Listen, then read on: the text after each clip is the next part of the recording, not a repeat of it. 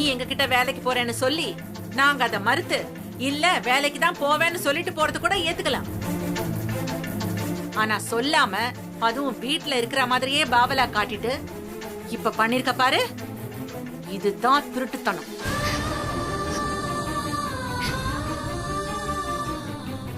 அதுவும் பூஜை அன்னைக்கு கூட இந்த வேலையை பண்ணிட்டு போயிருக்க பாத்தியா? இதுதான் உன் திட்டம்.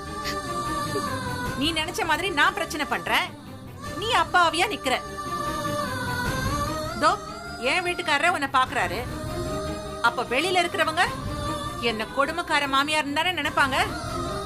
அத வச்சே நீ காரியத்தை சாதிக்கணும், அதானே? அத்தை, என்னோட தம்பியோட மெடிக்கல் செலவுக்காக தான் நான் வேலைக்கு போகணும்னு நினைச்சேன். ஆனா நீங்க என்னெல்லாமோ நிறுத்து. பண்றதெல்லாம் பண்ண வேண்டியது, கடைசியில இதே மாதிரி நல்லவ வேஷம் போட்டு நீலி கண்ணீர் வடிக்க வேண்டியது.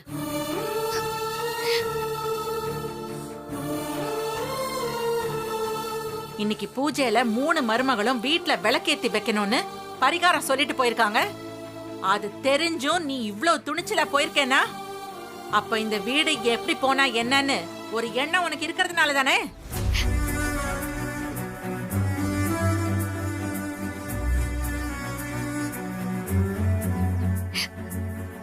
இப்படி ஒரு எண்ணத்தோட இருக்கிறவ இந்த வீட்டுக்கு தேவையில்லை.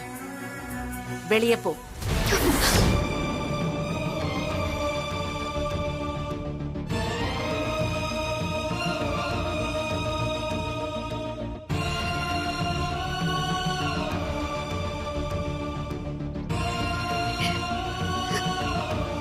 ஆச்சியா, கார்த்தி வீட்டுல இல்லாத போது நீ இப்படி பேசக்கூடாது. கொஞ்சம் பொறுமையாயிரு. கார்த்தி வந்த பிறகு பேசலாம். கார்த்தி வந்தா இன்னும் பிரச்சனை பெருசாகுங்க. இவ இப்படி சொல்லாம கொள்ளாம வேலைக்கு போற விஷயம் அவனுக்கு தெரிஞ்சா அவ்வளவுதான். ஏன்னா இவ்வளவு அவ்வளோ நம்பிட்டு இருக்கான் அவன். இதெல்லாம் தெரிஞ்சா நம்ம புள்ள நொறுங்கி போயிடுவான். கார்த்திக்கு விஷயம் தெரியும்னு சொல்லேன் தீபா. ஏய், இனி உனக்கு இந்த வீட்டுல இடம் இல்ல, கிளம்பு. அத்தை, ப்ளீஸ் அத்தை. என் பொறுமைய சோதிக்காம மரியாதையா கிளம்பிடு. அத்தை, நான் பண்ணது தப்புதான், என்ன மன்னிச்சிருங்க அத்தை. என்ன வீட்டை விட்டு மட்டும் போக சொல்லாதீங்க அத்தை. வேற என்ன தண்டனை வேணாலும் கொடுங்க அத்தை. நீங்க பொறுமையா பேசிட்டு இருந்தா இவளும் இப்படி பேசி சிம்பத்தி கிரியேட் பண்ணிட்டே தான் இருப்பா. நீங்க இருங்க, நான் பாத்துக்கிறேன்.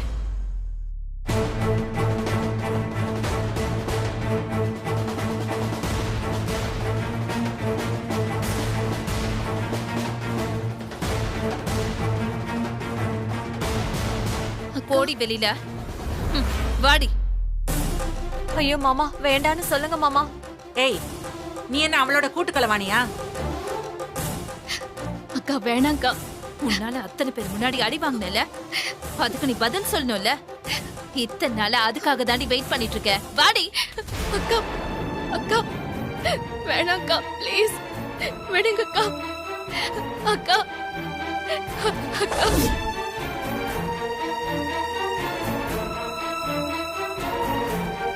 அக்கா, அக்கா வேணாக்கா, விடுங்கக்கா. அக்கா ப்ளீஸ்க்கா.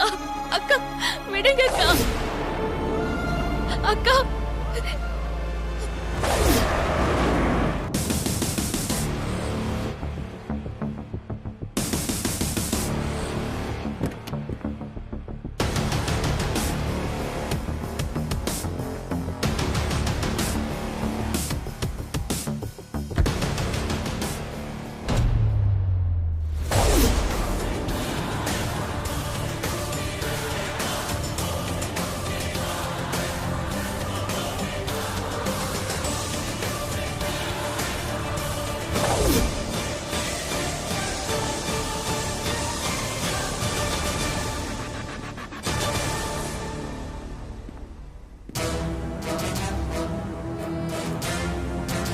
என்னாச்சுமா?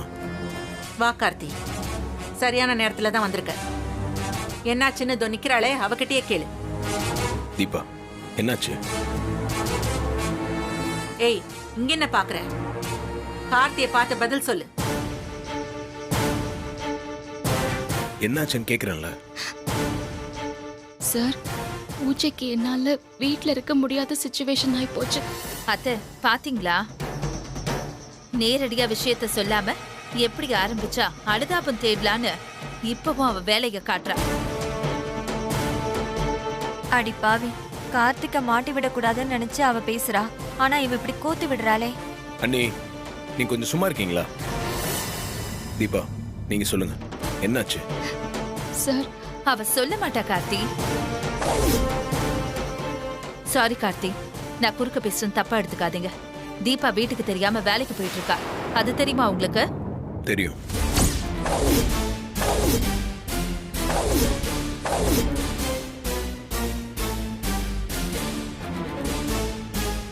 என்னது தெரியுங்கிறா? ஐயோ, திரும்பவும் நமக்கு தான் ரிவீட்டா? கார்த்தி, உனக்கு தெரியுமா? ஆமாம்மா, அவங்க என்கிட்ட கேட்டுட்டு தான் வேலைக்கு போனாங்க. ஏங்க, என்னங்க இது? கார்த்தி, உனக்கு தெரியும்னா அப்புறம் எதுக்கு தீபா எங்க கிட்ட இருந்து மறைக்கணும்? சரி தீபா விடு, நீ ஏன் எங்க கிட்ட சொல்லல?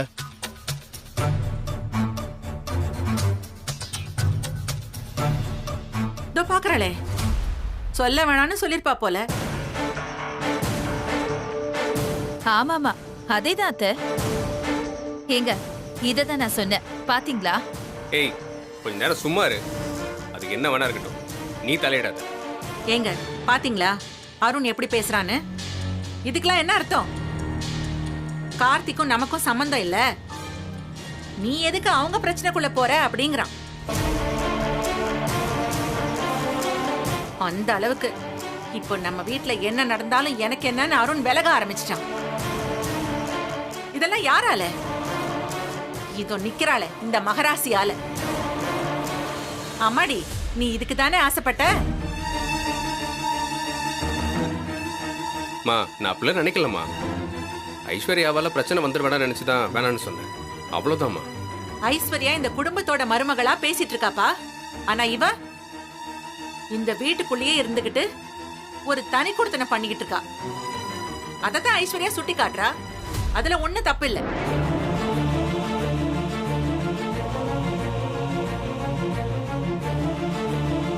ஆமா, ஐஸ்வர்யா என்ன பேசினாலும் எப்படியோ முட்டு கொடுத்துறீங்க. மா, நீங்க நினைக்கிற மாதிரிலாம் எதுவும் இல்லைம்மா.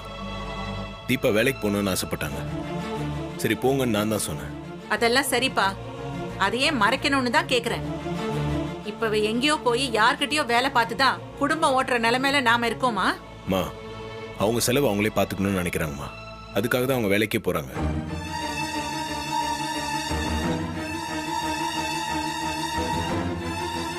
அவங்க வேலைக்கு போறதெல்லாம் மறைக்கணும்னு நினைக்கவே இல்லை. நீங்க நினைக்கிற மாதிரி அவங்க வேற எங்கேயோ வேலைக்கு போலாமா? அப்படி வேற எங்கேயாவது வேலைக்கு போயிருந்தா எப்போ விஷயத்த சொல்லியிருப்பாங்க. அவங்க வேலை பார்க்கறது நம்ம ஆடியோ கம்பெனியில தான்மா.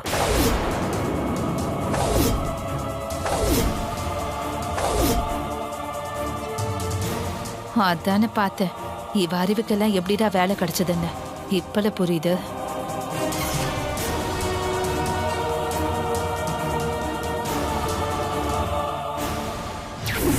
எல்லாரையும் பார்த்தாச்சாப்பா? இன்னும் ஒருத்தங்க மட்டும் இருக்காங்கம்மா. அவங்க சீட்டு இதான். கார்த்தியோட பிஏவா ஜாயின் பண்ணிருக்காங்க. அவங்க பேரு தீபா.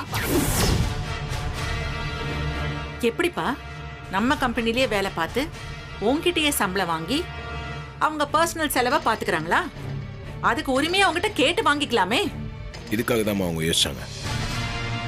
ஆக்சுவலி அவங்க வேலைக்கு போறேன்னு சொன்னதும் நம்ம காஸ்மெட்டிக் கம்பெனிலேயே எதனா வேலை கொடுத்துடலான்னு பார்த்தேன். ஆனா நம்ம கம்பெனியில வேலை பார்க்க மாட்டேன்னு சொல்லிட்டாங்க. அவங்க வந்து ஆடியோ கம்பெனி நம்மளோடதுன்னு அவங்களுக்கு தெரியாதுமா. இன்டர்வியூக்கு வந்து ப்ராப்பரா இன்டர்வியூ அட்டன் பண்ணி அதுல அவங்க செலக்ட் ஆகி தான் வேலைக்கு சேர்ந்தாங்க. இப்போ கரெக்டாகவும் ஒர்க் பண்ணிட்டு இருக்காங்க. சரிப்பா, இப்போ இவ்வளவு தெளிவா சொல்ற நீ இத்தனை நாளா ஏன் சொல்லல?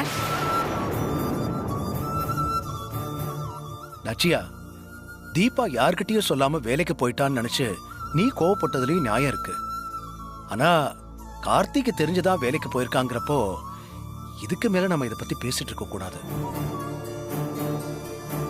அவங்க ஹஸ்பண்ட் அண்ட் ஒய்ஃப்குள்ள ஏதோ பேசி முடிவு பண்ணிருக்காங்க. இதுல நாம தலையிடக்கூடாது. தலையிடக்கூடாதா? கார்த்தி என் பையங்க. தீபா அவன் ஒய்ஃபுமா.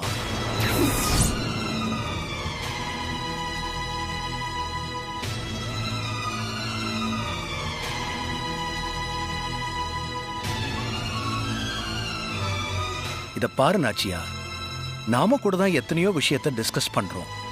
டிஸ்கஸ் பண்ற எல்லா விஷயத்தையும் நம்ம பசங்க கிட்ட சொல்றோமா? அது மாதிரி தான் அவங்களும். நாம ஓரளவுக்கு மேல மூக்க நுழைக்க கூடாது.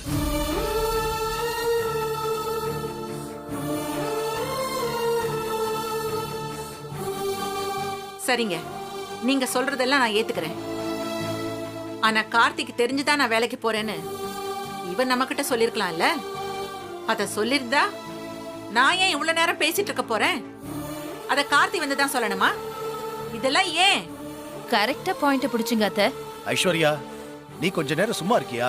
இல்ல மாமா, அத்தை கேக்குறதும் கரெக்ட் தானே. அவ விஷயத்த சொல்லியிருந்தா நான் ஏன் அவ கைய பிடிச்சு இழுத்துட்டு போய் வெளியில தள்ள போறேன்?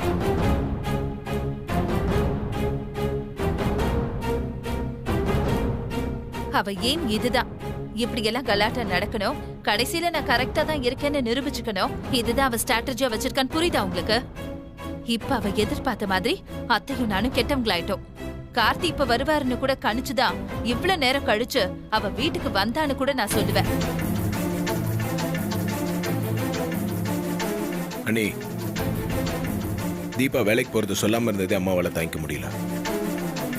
அப்படி எனக்கு தெரிஞ்சுதான் வேலைக்கு போறாங்கன்னு சொல்லியிருந்தா அம்மா என்னதான் தப்பா நினைப்பாங்க.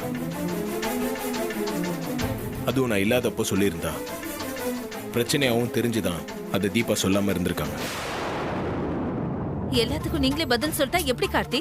ஐஸ்வர்யா, நீ பேச்ச வளர்க்குற, வேணா விடு. இல்லங்க, நான் ஐஸ்வர்யா, என்ன எதிர்பார்க்கிற நீ? நான் என்ன எதிர்பார்க்கிறேன் மாமா? தீபா பண்ண தப்ப சுட்டி காட்ட போய் இப்ப தப்பெல்லாம் என் பேர்ல இருக்கிற மாதிரில கொண்டு வந்து முடிச்சிட்டீங்க. உங்க மேல யாருமே தப்பு சொல்ல, நீ நாங்க பண்ணதுதான் தப்பு. அதுக்கு நான் அம்மா கிட்ட சாரி கேட்டுக்கிறேன். அம்மா, நான் உங்ககிட்ட முன்னாடியே சொல்லலாம் தான் நினைச்சிட்டு இருந்தேன். அதுக்குள்ள இப்படி எல்லாம் ஆயிடுச்சு. ஐம் சாரிம்மா.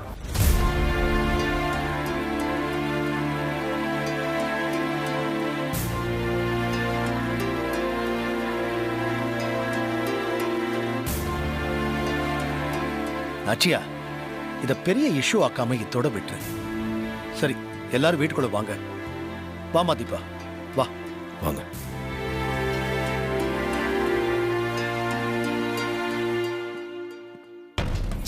நான் என்னென்னலாமோ நினைச்சு ஆசையா இருந்தனே, இப்படி கடைசி நேரத்துல வந்து ஆட்டத்தை களைச்சிட்டானே.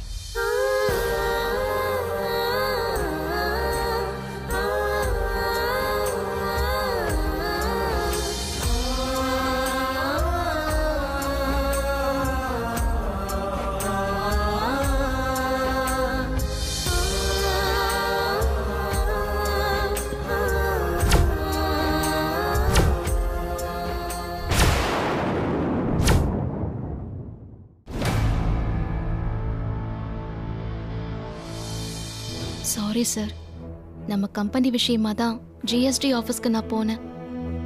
இன்னைக்கு எதுக்குங்க போனீங்க? வீட்டுல பூஜை இருக்குன்னு தெரியும்ல, இன்னைக்கு லீவ் போட்டிருக்கலாம்ல. அர்ஜென்ட்னு சொல்லி ஸ்னேகா மேடம் தான் சார் சொன்னாங்க. இல்லனா லட்சக்கணக்கில் ஃபைன் கட்டுற மாதிரி இருக்கும்னு சொன்னாங்க சார். ஜிஎஸ்டி விஷயத்துக்கு உங்களை எதுக்கு இன்வால்வ் பண்றாங்க? அது என்னோட ரெஸ்பான்சிபிலிட்டின்னு அவங்க சொன்னாங்க சார். சரிங்க, நீங்க என்கிட்ட கேட்டிருக்கலாம்ல. என்ன டிஸ்டர்ப் பண்ணக்கூடாதுன்னு நினைச்சீங்களா? நீங்க இப்படிலாம் ஓவரா திங்க் பண்ணதுனால தான் இப்போ இவ்வளவு பெரிய பிரச்சனையா இருக்கு. அது உங்களுக்கு புரியுதா? நீங்க வேலைக்கு போற விஷயத்தை வீட்டில் சொன்னா பிரச்சனை வராதுன்னு தானே சொன்னேன். நீங்க தான் பயந்தீங்க. கொஞ்ச நாள் போட்டுன்னு நினைச்சேன் பாருங்க, அதான் நான் பண்ண தப்பு. அது இப்ப எனக்கே புரியுது சார். என்னால இப்போ உங்களுக்கும் அத்தை கிட்ட கெட்ட பேர் ஆயிடுச்சு. Sorry sir. இதுக்கு நம்ம உண்மையை சொல்லிட்டு நிம்மதியா இருக்கலாம். ஒரு வாட்டி பொய் சொல்லிட்டா அதை மெயின்டைன் பண்றதுக்கு பொய் மட்டுமே பேச வேண்டியதா இருக்கும். இதெல்லாம் தேவையே இல்லைங்க. சத்தியமான உண்மை சார். பல்லவி விஷயத்துல ஒரு பொய்ய சொல்ல போய் இப்ப நிறைய பொய் சொல்லிட்டு இருக்கேன். அதெல்லாம் தெரிஞ்சா ஐயோ, எனக்கு நினைச்சு பார்க்கவே பயமா இருக்கு சார். பாத்தீங்களா, என் அண்ணனே நம்ம விஷயத்துல இன்வால்வ் ஆகிறதுக்கு பயப்படுறாரு. உரிமை எடுத்துக்க யோசிக்கிறாரு. எனக்கே அது சங்கடமா இருக்குங்க. இந்த மாதிரி சின்ன சின்ன பிரச்சனைங்க தான் குடும்பத்தையே பிரிக்கிற அளவுக்கு போயிடும். ஐயோ சார், பேச்சுக்கு கூட அப்படிலாம் சொல்லாதீங்க. நீங்க உங்க அண்ணனுங்க கூட எப்பவும் ஒண்ணா இருக்கணும் சார். இங்க பாருங்க தீபா, பிரச்சனை வந்துருமோன்னு பயப்படுறதுதான் பிரச்சனைக்கே காரணமா இருக்கும். அதை நீங்க புரிஞ்சுக்கிட்டு உங்களை கொஞ்சம் சரி பண்ணிக்கங்க. கண்டிப்பா சார். சரி, ஸ்னேகா அப்படி என்னதான் வேலை கொடுத்தாங்க உங்களுக்கு? அதை கொடுங்க. இந்த ஃபைல் தான் சார்.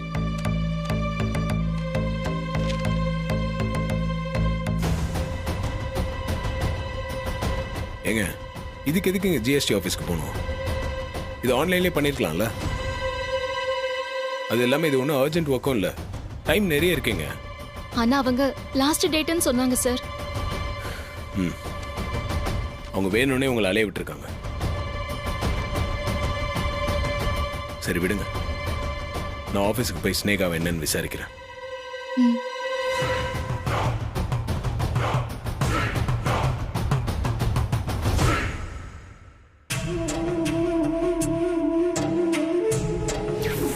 அவங்க ஹஸ்பண்ட் அண்ட் ஒய்ஃப்குள்ள ஏதோ பேசி முடிவு பண்ணிருக்காங்க. நாம இதுல தலையிடக்கூடாது. தலையிடக்கூடாதா? கார்த்தி என் பையங்க. தீபா அவனோட ஒய்ஃப்.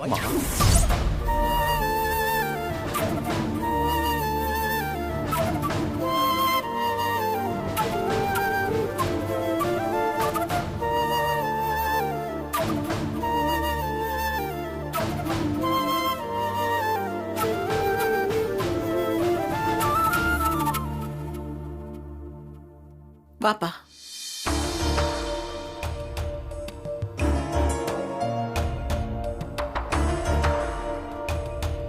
கார்த்தி, என்னப்பா ஏன் ஒரு மாதிரியா இருக்க?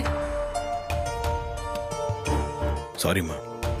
எதுக்குப்பா சாரி கேக்குற? நீ என்ன தப்பு பண்ண? இல்ல, தீபா வேலைக்கு போகணும்னு விருப்பப்பட்டாங்க. அது அவங்களோட சாய்ஸ். ஒரு ஹஸ்பண்டா அதை நான் ரெஸ்பெக்ட் பண்ணாதாம்மா சரியா இருக்கும். நீ சரியா தான்ப்பா இருக்க. நான் தான் தப்பு பண்ணிட்டேன். மா, நீ சங்கடப்படாதப்பா. அப்பாவும் அதுதானே சொன்னாரு.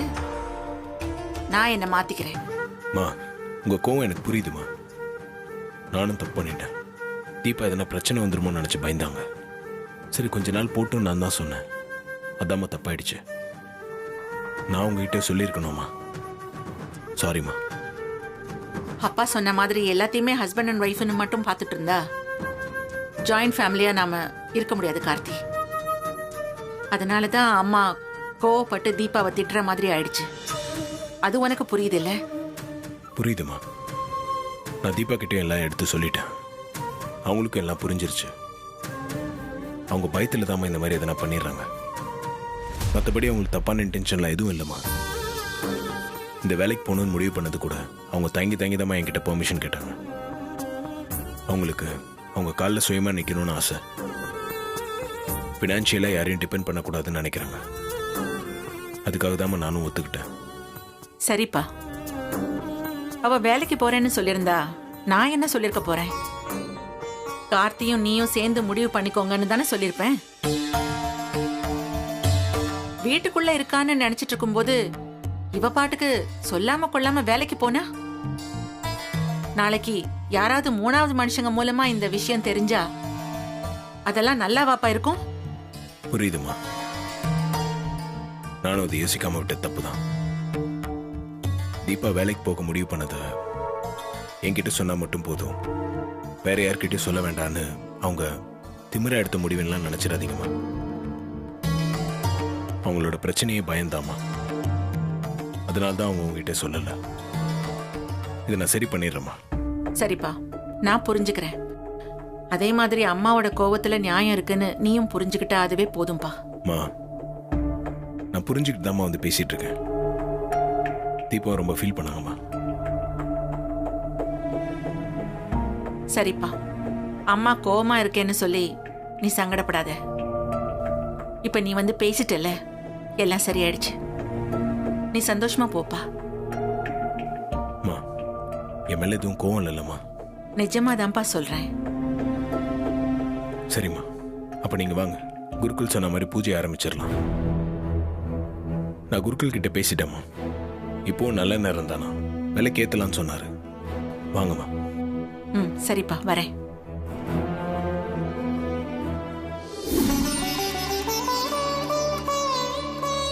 அத்தை விளக்கேத்தலாமா? 3 பேரும் சேர்ந்து ஏத்துங்க. சரிங்க அத்தை.